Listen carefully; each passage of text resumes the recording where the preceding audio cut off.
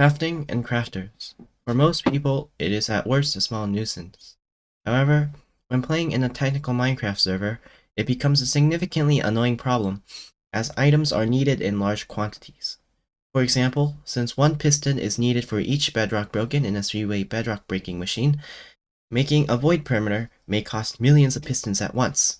Since unmodified vanilla Minecraft currently lacks a good way to craft that many items, mods such as Itemscroller are commonly used in the technical Minecraft community to allow the client to craft items faster. Itemscroller is purely client-side.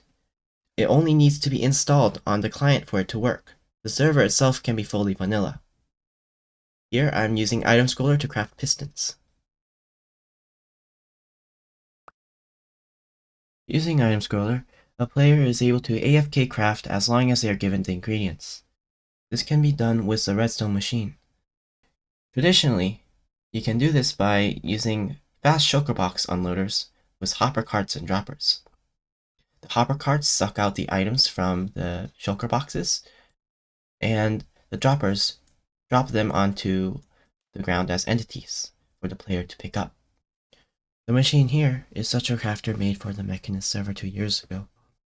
It allowed for a player to AFK craft at 144,000 items per hour.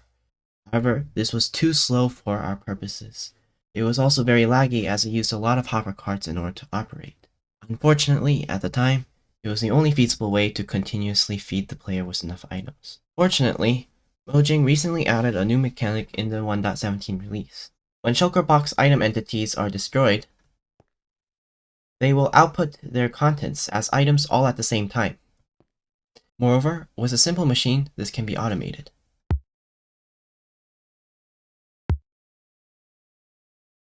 This here is one that can be clocked to hopper speed. In this barrel, I have the recipe for a piston.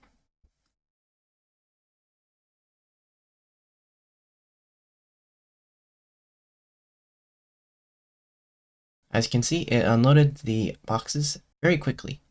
Sadly, you can't really craft from this pile of ingredients. Watch as I try.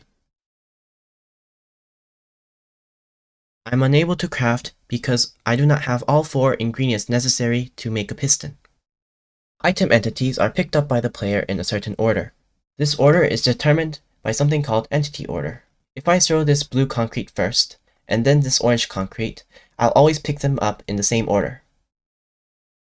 If I throw the orange concrete first, and then the blue concrete next, I'll always pick them up in the order as well. As you can see, I always pick up the items in the order that I threw them.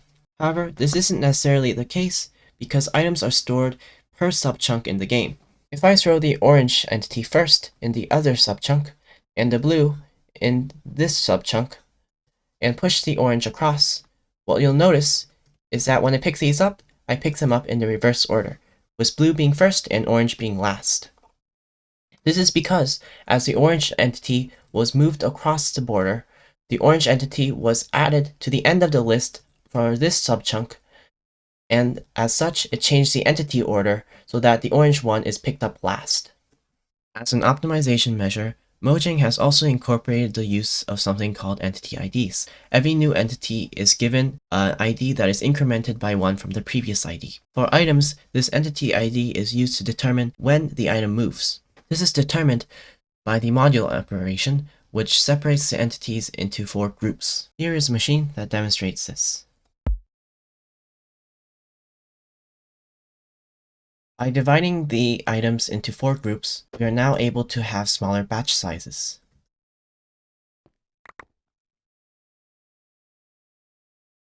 Ultimately, this will allow the player to pick up all the item types without completely filling up the inventory. Using this strategy, the sequence in which the items are given to the player becomes very important.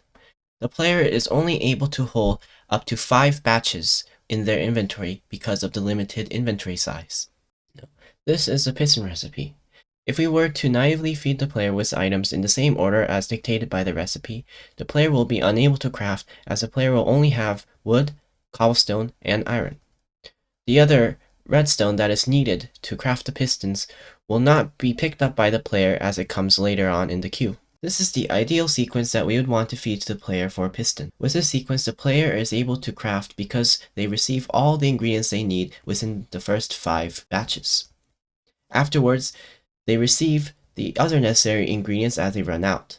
In my first attempt at a 1.17 crafter, I used this complicated component to automatically generate the ideal sequence for every recipe that it can possibly craft. This specific crafter was able to craft 400,000 items per hour. However, it was extremely large, and thus I worked to make a better crafter that was much smaller and faster. Instead of using a contraption to automatically calculate the sequence for every recipe ratios, I decided to use a hard-coded sequence. The way this crafter works is quite simple.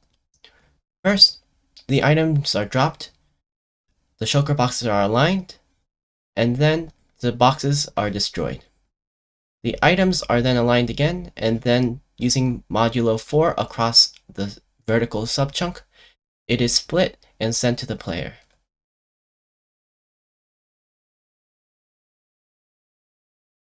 With this arrangement, it is theoretically possible for a player to craft 1 box of pistons every 8 game ticks. However, this is not actually possible because Itemscroller is not able to craft that fast. In the final iteration, I was able to compact it further. Now it only fits a space of 9 by 8 by 8. Despite being small, it is still quite fast. This is able to craft at a speed of 2.4 million items per hour, which is a shulker box of pistons every 52 game ticks. The way that this operates is the same. First, the items are dropped the proper update order, then the boxes are destroyed, then the items are aligned and dropped through a trapdoor across a subchunk border. The proper order needed to generate the sequence is hardwired into this in the form of update order and block event delay. When the input grid and the controller is combined with the core, a complete crafter can be obtained. This complete crafter is able to craft any item in the game as long as it is only 64 stack and it's not mushroom stew and specialty rockets with more than 4 ingredients. The design of the crafter is modular, so you can swap out parts as you wish. If you want to have a more convenient option, the crafter shown in the video has both the loaders, the crafter, and it also has a convenient input grid system which allows you to input the items into the grid at the same level at which you craft. Now that is all I have for you today. Thank you for watching, and I'll see you later. Hey y'all, one last thing, as this might be confusing, because I didn't really explain it that well, which is all this talk about the proper sequence. So with the first crafter that I made for 1.17, I used an in-game contraption to generate the proper sequences.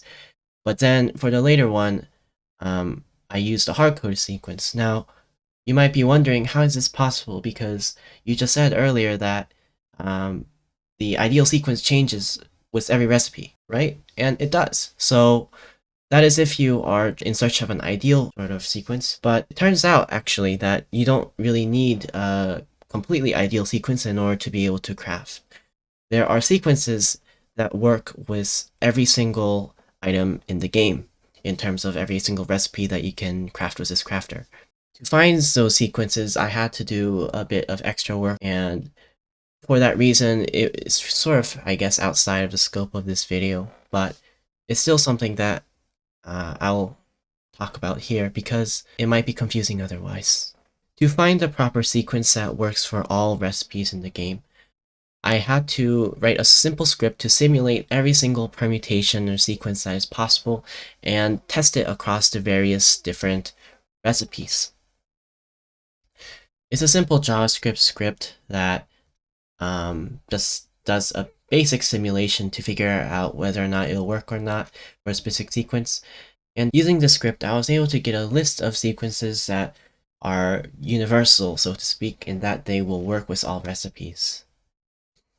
Here's a list of all of them. There's around a couple thousand of them, but not all of them are created equal. Some are better than others. These totals are, and these average and variance numbers are sort of a proxy for crafting operations that are required to complete every recipe in the game with the particular sequence. For our case, we want a lower crafting operation number, as that would mean that the player can craft more at the same time without having to pick up new items. Out of this, the best sequence found was this one, which basically, when encoded in terms of the crafting grid, looks like this, where the first item sent to the player is the one on this top corner, the second one the middle, the third, this bottom middle one, the fourth, this side middle one, 5, the bottom right corner, and etc. etc. This sequence turns out to work extremely well for all sorts of recipes in the game, with the minimal amount of crafting recipes possible for a sequence that works for all the recipes. This sequence was hard-coded into the crafter using update order shenanigans and block events so that the boxes are output in this sequence. Since the boxes are destroyed in the same tick, the resulting contents also follow this proper order. I also apologize for I feel that I did not explain how Modulo 4 and everything actually works in regards to the sequences. I was going to do a nice visualization, but then I got lazy towards the end, so I'm sorry about that. I will show you this Discord message that I sent a while ago explaining this better. If this is helpful, then that's great. Otherwise, feel free to ask me if you are unsure of something. Well, in any case, I'll see you later. Goodbye.